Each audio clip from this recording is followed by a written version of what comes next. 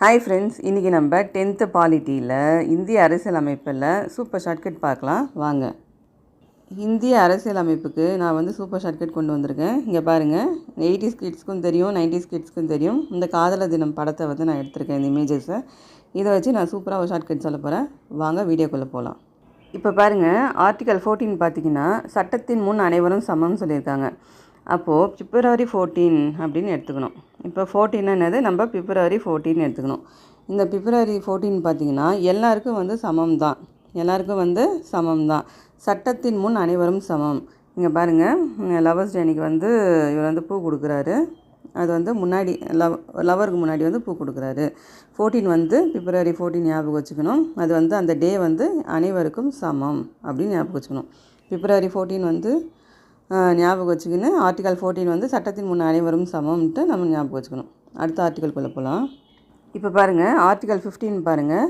மதம், இனம், ஜாதி, பாலினம் மற்றும் பிறப்பிடம் இவற்றின் அடிப்படையில் பாகுபடுத்துவதை தடை செய்தல் அப்படின்ட்டு சொல்லியிருக்காங்க. இப்போது இவர் வந்து 14 வந்து ரோஸ் கொடுத்துட்டார் இல்லையா. இப்போ 15th வந்து அந்த பொண்ணு வந்து அக்செப்ட் பண்ணிவிட்டு அந்த பொண்ணு வந்து அவனை மத, இனம், ஜாதி எதுவுமே வந்து அந்த பொண்ணு பார்க்கல. ஓகேவா? அதுதான் இந்த ஷார்ட்கட்டு. மதம், இனம், ஜாதி, பாலினம் இந்த அடிப்படையில் வந்து பாகுபடுத்துவதை தடை செய்யணும். ஓகேவா? தடை செய்தல், இது ஞாபகம் வச்சுக்கோங்க. நெக்ஸ்ட் ஆர்டிக்கல் போகலாம். நெக்ஸ்ட் ஆர்டிக்கல் பாருங்கள், பிரிவு 16. அதுனா பொது வேலை வாய்ப்புகளில் சம வாய்ப்பளித்தல் அப்படின்ட்டாங்க. ஃபஸ்ட்டு வந்து 14 வந்து ரோஸ் கொடுத்தாங்க, அக்செப்ட் பண்ணிவிட்டு அந்த பொண்ணு வந்து எதையுமே பார்க்கல, மதம், இனம், ஜாதி எதுவுமே பார்க்கல. அதுக்கப்புறம் வந்து அவன் வந்து என்ன வேலை செஞ்சான் அப்படின்னா பொது வேலை வாய்ப்பு, இப்போ ஏதோ ஒரு ப்ரைவேட் கம்பெனியில் வேலை செய்கிறான் அப்படின்னு நினச்சிக்கிங்க. அடுத்த ஆர்டிக்கல் போகலாம். இப்போ பிரிவு 17 பார்க்கலாம். பிரிவு 17 என்ன சொல்கிறாங்கன்னா தீண்டாமையை ஒழித்தல் அப்படின்னு சொல்கிறாங்க. இப்போ வந்து இந்த லவ் மேட்ரு வந்து இவங்க அப்பாவுக்கு தெரிஞ்சு போச்சு. அவங்க அப்பா வந்து கூப்பிட்டு பேசுகிறாரு. நீ வந்து என்ன கேஸ்ட்டுப்பா அப்படின்ட்டு கேட்குறாங்க. நீ வந்து எங்களுக்கெல்லாம் செட் ஆக மாட்டப்பா, நீ ஒரு தீண்டாமை, ஒரு அந்த கேஸ்ட்லேருந்து வந்திருக்க, நீ வந்து வேண்டாம்ப்பா அப்படின்ட்டு சொல்கிறாரு. நான் வந்து என் பொண்ணுக்கு வந்து இது பாருங்கள், ஆர்டிகல் 18 பாருங்கள், அதோடு சேர்த்து சொல்கிறேன். என் பொண்ணுக்கு வந்து நான் வந்து இராணுவத்தில் ஆர்மியில் வேலை செய்கிறவங்கள தான் நான் வந்து கல்யாணம் பண்ணி கொடுப்பேன். இராணுவம் மற்றும் நிறைய பட்டம் வாங்கியிருக்கிறவங்க தான் நான் வந்து கல்யாணம் பண்ணி கொடுப்பேன் அப்படின்னு சொல்லிட்டு அவங்க அப்பா சொல்கிறாரு.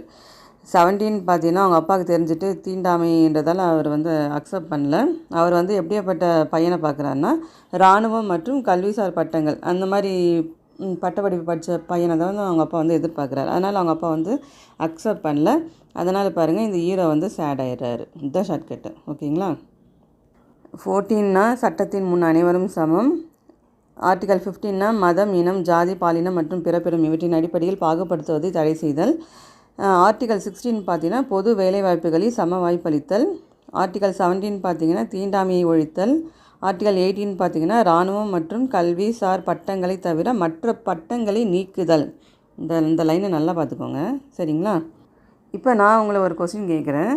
ஆர்டிகல் 14 என்ன சொல்லுது, ஆர்டிகல் 16 என்ன சொல்லுது?